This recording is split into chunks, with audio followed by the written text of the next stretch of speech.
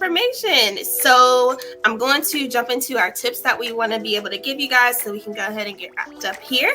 But again, make sure you are liking, you're subscribing so you can go and get all of the information for Sierra as well. And we're going to be having some good stuff going on here. So make sure you Okay, so we're going to get into our inspired tips. This is going to be something that's brand new that we're doing, but so happy to be getting off with the professional organizer herself, you guys. This is perfect. So we want to talk to you guys about some tips. This is your tips for the community office organization. Okay, so first, Sierra, some summer organizing tips that you have. Like you mentioned, there's like family coming in and out. I have a couple myself for small business owners, but what's some good summer organizing tips that you have? Yeah, so starting off, I will say when it comes to families who have kids, for example, as you're transitioning out of the school year and starting into the summer, of course, you still want to keep learning a priority and keep it going over the summer so that the children aren't getting back to August and forgetting what they might have learned the previous school year. So an organizing tip for that would be to incorporate a learning tray, a learning kind of like, let's see, a learning cart. That's what it was. Had to look at my notes. But incorporate a learning cart into either their room or their playroom. You could even put it in your office so that you know to incorporate it with something that is work related in a sense. And so on that cart, what you can have are crayons, coloring book, be able to have like alphabet pieces, bingo cards, matching games, just some things that are relatable to where the child is within their learning journey, within their grade and what they'll be learning in the next school year, and also what they learned in the previous school year. So it's kind of like you're helping them to not forget what they learned, but also giving them a head start into what they're getting ready to start learning. So I would say that's important. And I'm gonna tag onto what you're saying really quick. If you guys don't know, Light It Up TV podcast, I'm gonna shout them out real quick. Light It Up TV podcast, they did an entire summer series on beating the summer slide and different activities and stuff that you can get for your kids. It's all different age groups. I know we sent a lot of stuff to my nieces and my nephews, like different little activities, but we did not talk about how you can organize them at home and make sure that that's something that they have. The learning cart is so perfect. But if you need some ideas, definitely check them out. I'm going to make sure that I put them on there. I had to shout them out real quick though. Love it. I will also say another summer organizing tip is going back to the garage. Organize your garage, but really starting before the summer gets here. So when it comes to like the summertime and your garage, go ahead and book those sessions with an organizer or figure out how you're going to organize your garage before the summer gets here. That way you're not, when it comes to like cookouts, when it comes to family gatherings, things like that, you're not rushing, trying to get things together, trying to figure out how you're going to have your space ready or if your space will be ready for family members. It's almost like one of those things where if you value family, you don't want to have to choose if you can actually host them and if you have the space to bring them in. You want to just be rest assured that you can be able to have those gatherings and be able to have that garage space that's open for you to use. So that would be the second tip, is to prepare your garage before the summer. I'll also say another tip would be to, even during the summer, like have some fun, plan family outings for the weekend.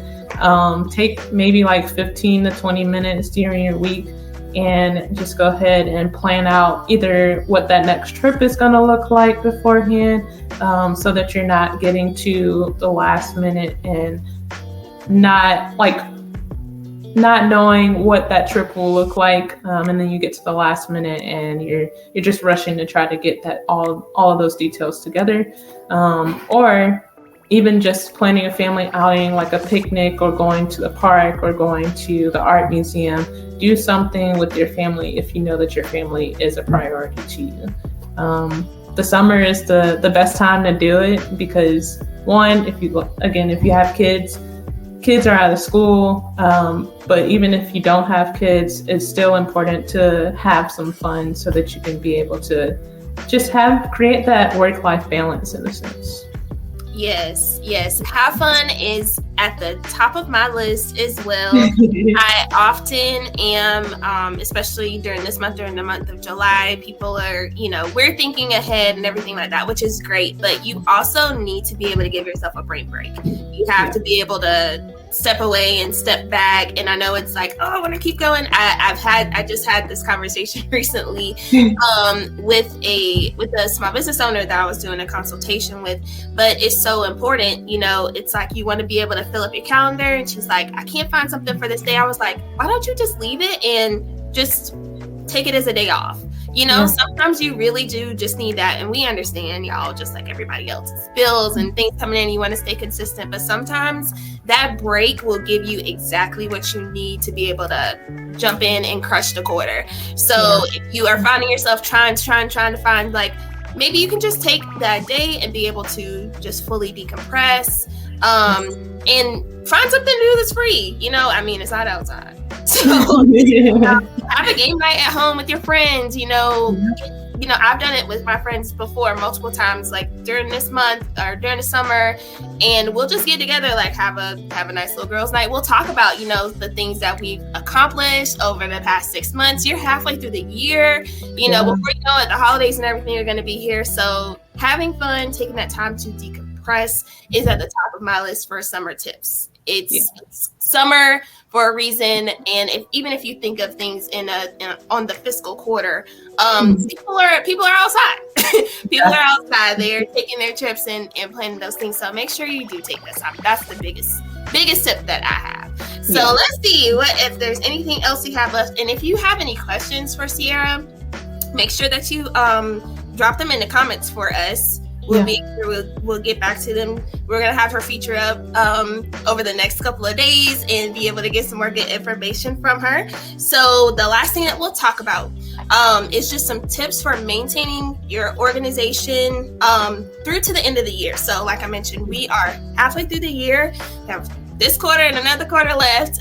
Things are going to pick back up very quickly especially once the kids get back in school. Fall football season kicks in, y'all know. All that here. So we want to talk you being able to be prepared to maintain organization. So some of the things that I'm going to tell you, just as an assistant, is once you have your chance to take your break, decompress, go ahead and think about some of the things that you want to accomplish before the end of the year.